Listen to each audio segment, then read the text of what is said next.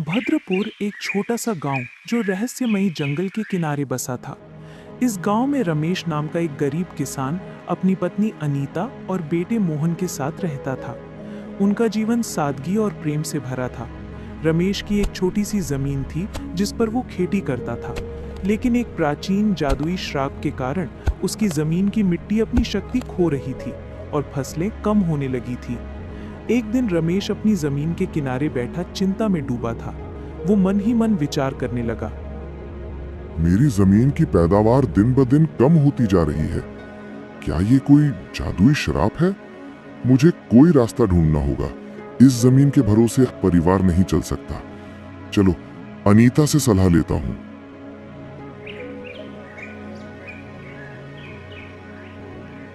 अनीता, जरा इधर आना, तुमसे जरूरी बात करनी है।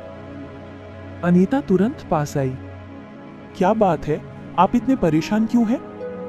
अनीता, तुम तो जानती हो कि हमारी जमीन अब उपजाऊ नहीं रही। मुझे लगता है इसमें कोई जादुई शक्ति का असर है। अगर मैं ज्यादा खाद डालूंगा तो मिट्टी और खराब हो सकती है। मैं सोच रहा हूँ कि इस जमीन पर कुछ समय के लिए खेती बंद कर दूं और हर साल थोड़ी खाद डालता रहूं ताकि ये फिर से उपजाऊ हो जाए। अनीता ने विचार किया और जवाब दिया, हाँ, ये ठीक रहेगा। लेकिन तब तक घर का खर्च और मोहन की पढ़ाई का क्या होगा? हमारे पास तो दूसरी कोई जमीन भी नहीं है।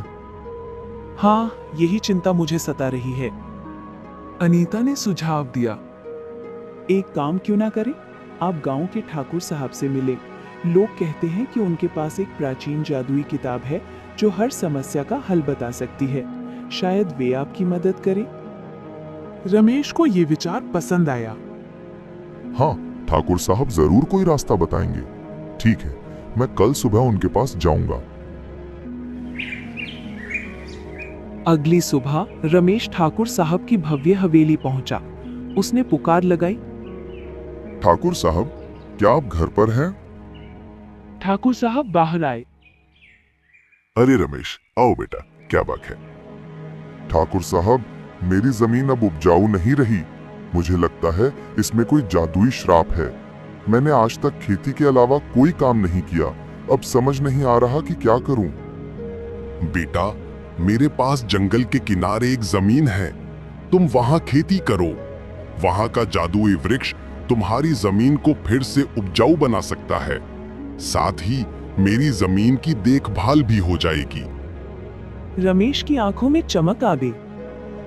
ठाकुर साहब, मैं कल से ही उस खेत पर काम शुरू कर दूंगा। वो धन्यवाद देकर घर लौट आया। घर पहुंचकर उसने अनीता को सारी बात बताई। अनीता की आंखों में भी उम्मीद की चमक थी। ये तो बहुत अच्छी खबर है। अगर जादुई वृक्ष की शक्ति सचमुच काम करे तो हमारी सारी चिंता खत्म हो जाएगी। हाँ, अब मैं उस खेत पर मेहनत करूंगा और कोशिश करूंगा कि भविष्य के लिए और जमीन खरीद लूं।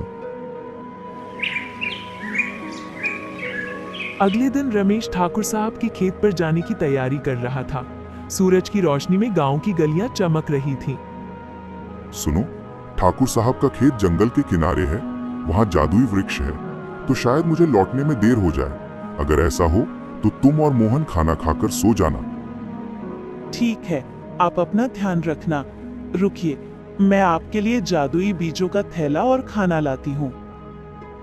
रमेश ने जादुई बीजों का थैला और खाने का डिब्बा लिया और जंगल के किनारे वाले खेत की ओर चल पड़ा। जंगल का रास्ता रहस्यमयी था, जहां पेड़ों की पत्तियां हल्की हल्की फुसफुसाहट करती थीं।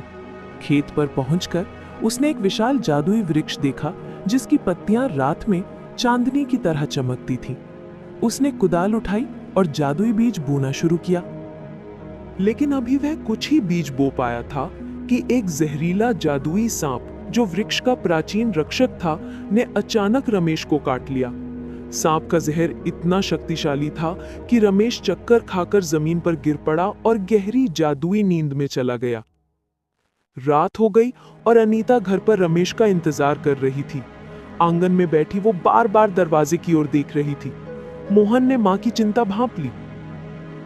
माँ, पिताजी अब तक क्यों नहीं आए? बेटा, तुम्हारे पिताजी जंगल के किनारे ठाकुर साहब के खेत पर गए थे, जहां जादुई वृक्ष है। उन्होंने कहा था कि देर हो सकती है, लेकिन अब तो बहुत समय हो गया है। माँ, आप चिंता मत करो। शायद जादुई वृक्ष की शक्ति की वजह से देर हो रही हो। आप जाकर सो जाइए। अनीता ने मोहन की बात मानी और सोने चली गई, लेकिन उसका मन बेचैन था।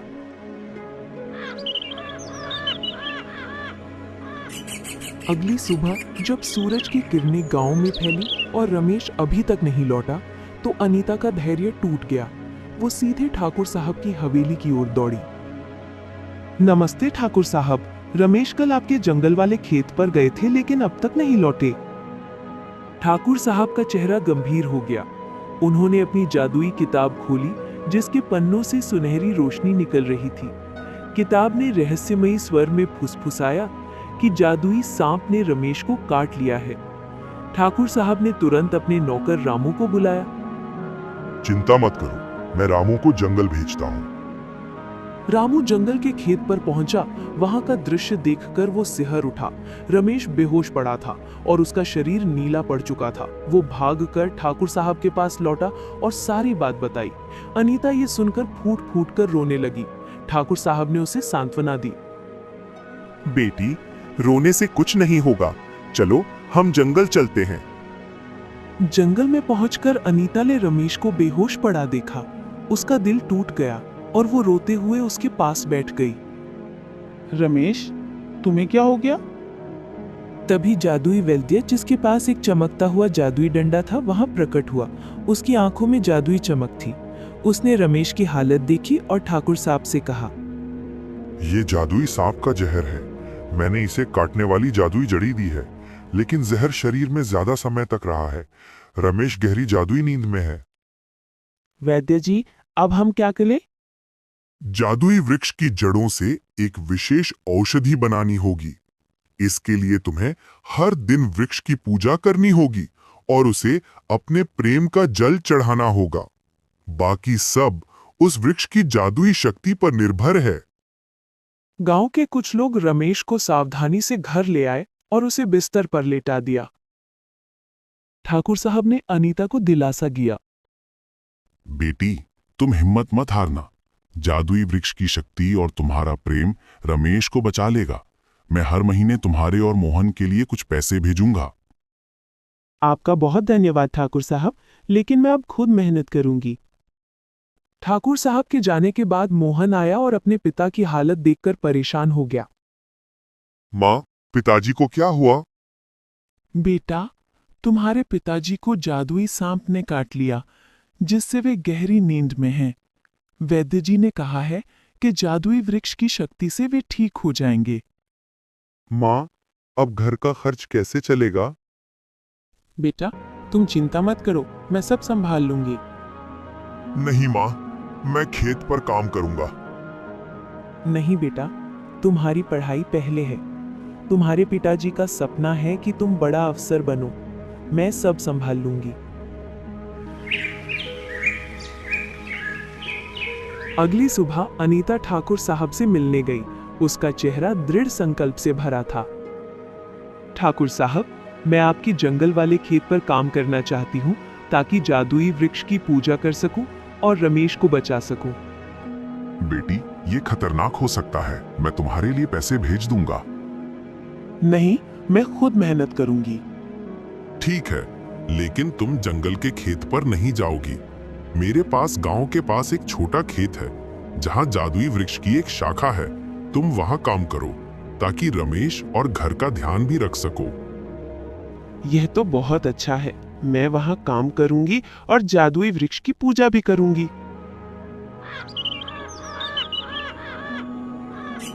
अनीता ने अपनी मेहनत शुरू कर दी। हर सुबह वो ठाकुर साहब के खेत पर जाती, जहां जादुई वृक्ष की शाखा सूरज की रोशनी में चमकती थी। वो प्रेम और श्रद्धा से उसकी पूजा करती, जादुई बीज बोती और खेती करती। दोपहर में वो गांव के घरों में छोटे मोटे काम करती, जैसे बर्तन साफ करना और खाना बनाना।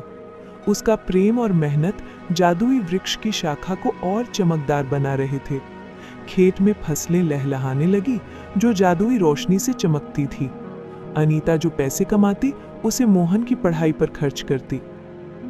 बेटा, तुम मन लगा कर पढ़ो। तुम्हारे पिताजी का सपना है कि तुम अफसर बनो। मैं जादुई वृक्ष की शक्ति और अपनी मेहनत से सब ठीक कर दूंगी।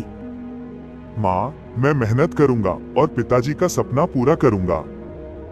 गांव वाले अनीता की हिम्मत और जादुई वृक्ष के प्रति उसके समर्पण को देखकर प्रेरित होने लगे।